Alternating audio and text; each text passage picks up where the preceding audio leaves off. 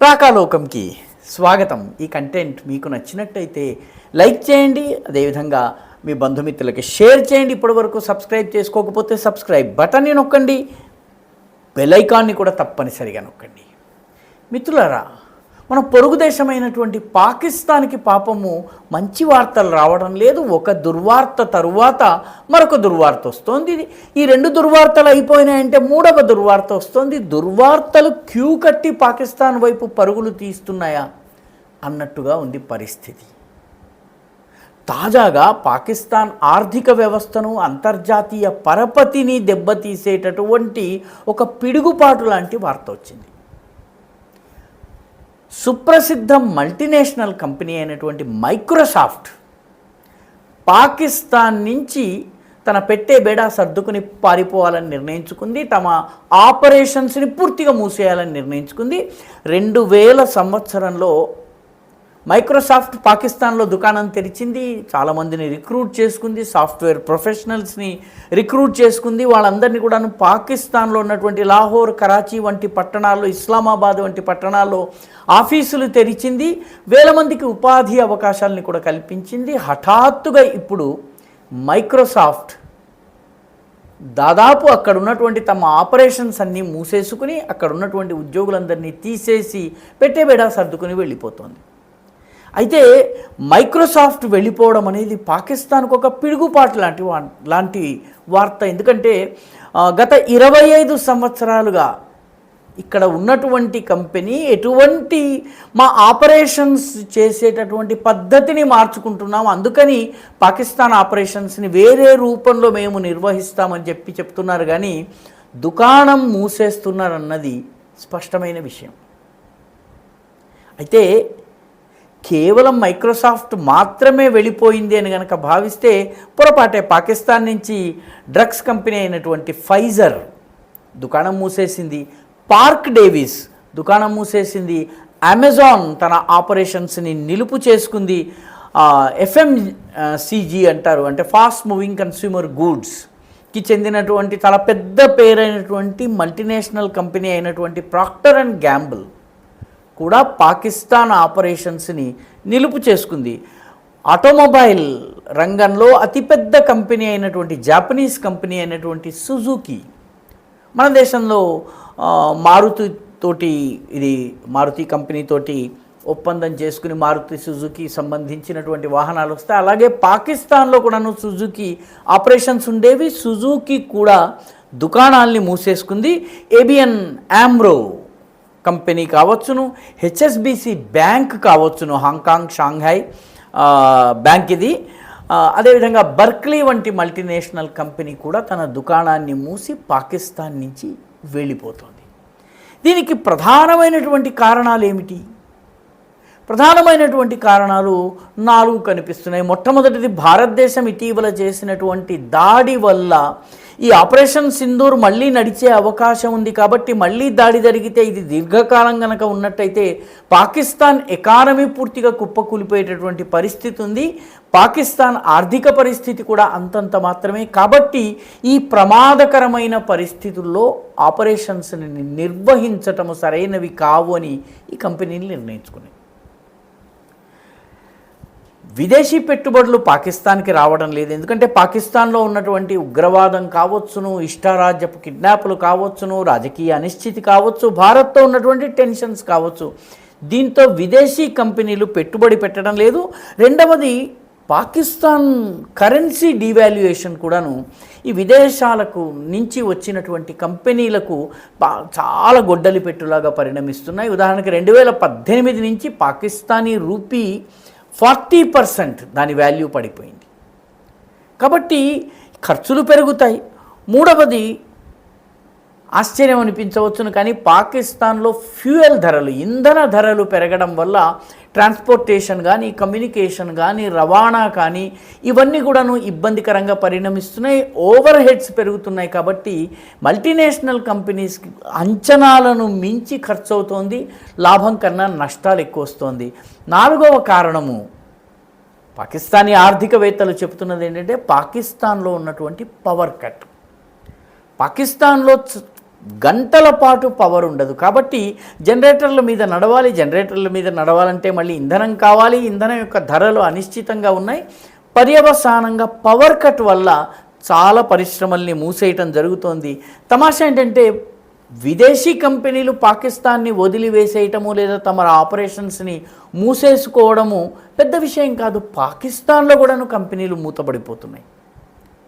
అన్నిటికన్నా ముఖ్యమైనది పాకిస్తాన్లో ఆయుధాల తయారీకి సంబంధించినటువంటి కర్మాగారాలు, ఫ్యాక్టరీలు మూసుకుపోతున్నాయి. ఇటీవలి కాలంలో 6 ఆర్డినెన్స్ ఫ్యాక్టరీలు మూతపడ్డాయి. ఈ 6 ఆర్డినెన్స్ ఫ్యాక్టరీలు మూతపడిపోయేటప్పటికీ పాకిస్తాన్ దగ్గర ఈరోజు యుద్ధం చేయడానికి కావలసినటువంటి ఆయుధాలు కానీ, స్థానిక ఆయుధాలు విదేశాల నుంచి, అమెరికా నుంచి, మిగతా దేశాల నుంచి, చైనా నుంచి పాకిస్తాన్ తెచ్చుకుంటోంది. కానీ స్థానిక ఉత్పాదన లేకుండా పోయింది. పరిస్థితి ఏ స్థితికి వచ్చిందంటే ఆపరేషన్ సింధూర్లో గనక జాగ్రత్తగా గమనిస్తే ఓన్లీ ఎయిర్ ఫోర్స్ పనిచేసింది, వైమానిక దళం మాత్రమే పనిచేసింది. గ్రౌండ్ ఆర్మీ ఆపరేషన్స్ లేవు. దానికి ప్రధానమైనటువంటి కారణం ఏం చెప్తున్నారంటే నిజానికి భారతదేశం మీద ఒత్తిడి పెంచేందుకు పాకిస్తాన్ షెల్లింగ్ చేయవచ్చును, మిగతా దాడులు చేయవచ్చును, కానీ పాకిస్తాన్ ఆ దాడులు చేయడానికి ముందు వెనకలాడింది. ఎయిర్ ఫోర్స్ మాత్రమే పనిచేసింది. దానికి ఈ భారతదేశం చేసేటటువంటి దాడుల్లో 28 చెక్ పోస్టులని వదిలేసేసి పాకిస్తానీ సైనికులు పారిపోయారు. దానికి ప్రధానంగా ఇంటర్నల్గా వాళ్ళు చర్చించుకున్నప్పుడు బయటపడుతున్న విషయం ఏంటంటే పాకిస్తాన్ దగ్గర ఈరోజు యుద్ధం చేసేందుకు కావలసినటువంటి స్థానికంగా ఆయుధాల ఉత్పాదన లేదు. ఉదాహరణకి 122 mm, అదేవిధంగా 155 mm గన్స్, ఇవన్నీ కూడాను చాలా దూరము వేయగలిగేటటువంటి ఫిరంగి గుళ్ళ వంటివి ఇవి. ఈ గన్స్కి సంబంధించినటువంటి గుండ్ల తయారీ ఏదైతే ఉందో ఈ తయారీ కుంటుపడిపోయింది. ఉన్న కొద్దీ యుక్రెయిన్కి అమ్మారు. ఆశ్చర్యకరమైన విషయం ఏంటంటే ఇజ్రాయెల్కి కూడా అమ్మారు. ఈరోజు హమాస్ మీద ఇజ్రాయెల్ చేస్తున్న దాడిలో పాకిస్తాన్ అమ్మినటువంటి ఆయుధాలు కూడా ఉన్నాయి. ఇది ఆశ్చర్యకరమైనటువంటి విషయము. ఇజ్రాయెల్ని గుర్తించదు, కానీ ఇజ్రాయెల్కి ఆయుధాల సరఫరా మాత్రం చేసింది. దీంతో పాకిస్తాన్ దగ్గర ఈరోజు ఆయుధాలను తయారు చేయడానికి కావలసినటువంటి రా మెటీరియల్, ముడి సరుకు కూడా లేదు అన్నటువంటిది ఇంటర్నల్గా తెలుస్తూ వస్తుంది. దీని కారణంగా పాకిస్తాన్ ప్రస్తుతము చాలా చిక్కుల్లో ఉంది. ఏ ఆయుధమైనా అది అయితే చైనా నుంచి రావాలి, లేకపోతే అమెరికా నుంచి రావాలి. కాబట్టి యుద్ధం చేసే పరిస్థితి లేదు, యుద్ధాన్ని ఎక్కువ కాలం కొనసాగించగలిగేటటువంటి పరిస్థితి లేదు. ఈ రకమైనటువంటి డెస్పరేషన్లో పాకిస్తాన్ ఉంది. ఒకవైపు విదేశీ కంపెనీలు ఒక్కొక్కటిగా ఈ భారత పాకిస్తాన్ టెన్షన్ల కారణంగా, ఇతర కారణాలు కూడా ఉన్నాయి, ధరలు పెరుగుతున్నాయి, రూపీ విలువ పడిపోతోంది, విదేశీ పెట్టుబడులు రావడం లేదు, ఈ సమస్యల వల్ల వెళ్ళిపోతున్నాయి. స్థానిక కంపెనీలు ముఖ్యంగా ఆయుధాలను తయారు చేసేటటువంటి తూటాలను, ఫిరంగి గుళ్లను తయారు చేసేటటువంటి కంపెనీలు కూడా దుకాణాలు మూసేసుకుంటున్నాయి. ప్రస్తుతము పాకిస్తాన్లో కేవలం పాకిస్తాన్ ఆర్మీ యుద్ధం తప్ప అన్ని పనులు చేస్తుంది. వాళ్ళు తయారు చేసే బండ్లు, వాళ్ళు తయారు చేసేటువంటి బనీన్లు, అండర్వేర్లు, వాళ్ళు తయారు చేసేటటువంటి పాప్కార్న్, చిప్స్, ఇవి మాత్రమే పాకిస్తాన్లో ఉత్పాదన అవుతున్నాయి. దీంతో పాకిస్తాన్ పరిస్థితి నానాటికి తీసుకట్టు నాగంబొట్టులాగా తయారవుతోంది. కొత్త విదేశీ కంపెనీలు పాకిస్తాన్లో పెట్టుబడి పెట్టేందుకు ఉత్సాహంగా లేవు. అమెరికా కూడాను పాకిస్తాన్ వైపు ఉన్నట్టుగా కనిపిస్తోంది, పాకిస్తాన్కి సహాయం చేస్తోంది, అణ్వాయుధాల విషయంలో పాకిస్తాన్ని వెనకేసుకుని వస్తోంది. ఇరాక్ పైనో ఇంకొక దేశం పైనో దాడి చేసేందుకు పాకిస్తాన్ బేస్గా ఉపయోగపడుతుంది కాబట్టి పాకిస్తాన్ని చేరదీస్తోంది. కానీ పాకిస్తాన్లో రూపాయి పెట్టేటటువంటి స్థితిలో ఈరోజు అమెరికా లేదు, యూరప్ లేదు, ఏ దేశం కూడాను పాకిస్తాన్లో డబ్బులు పెట్టేటటువంటి పెట్టుబడులు పెట్టేటటువంటి కంపెనీలను తెరిచేటటువంటి పరిస్థితి లేదు. శ్రీలంక వాళ్ళు ఆ మధ్య ఒక గార్మెంట్ కంపెనీని పెట్టారు, పెద్ద కంపెనీ పెట్టారు. పాపం పాకిస్తాన్లో చౌకగా లేబర్ దొరుకుతారు కాబట్టి పాపం ఆ ఫ్యాక్టరీ యజమాని గార్మెంట్స్ తయారు చేసే పని పెట్టుకున్నారు. అయితే ఆ యజమాని దైవదూషణకి పాల్పడ్డాడు.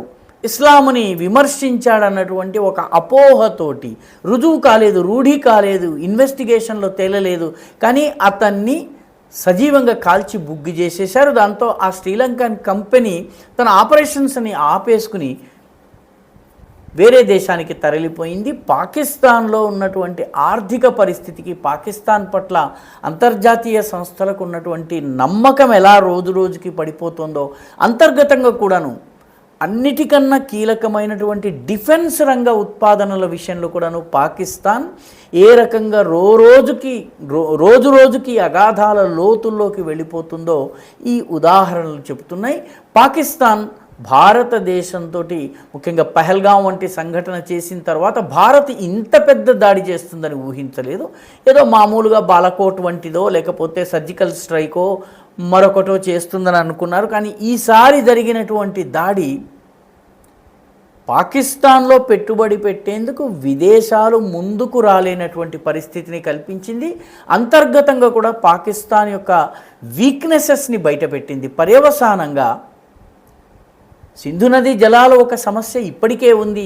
ఇవన్నీ ముప్పిరికొని పాకిస్తాన్ని చుట్టుముట్టి అష్టదిగ్బంధనం చేస్తున్నాయి. పాకిస్తాన్ దిక్కుతోచనటువంటి పరిస్థితిలో ఉంది.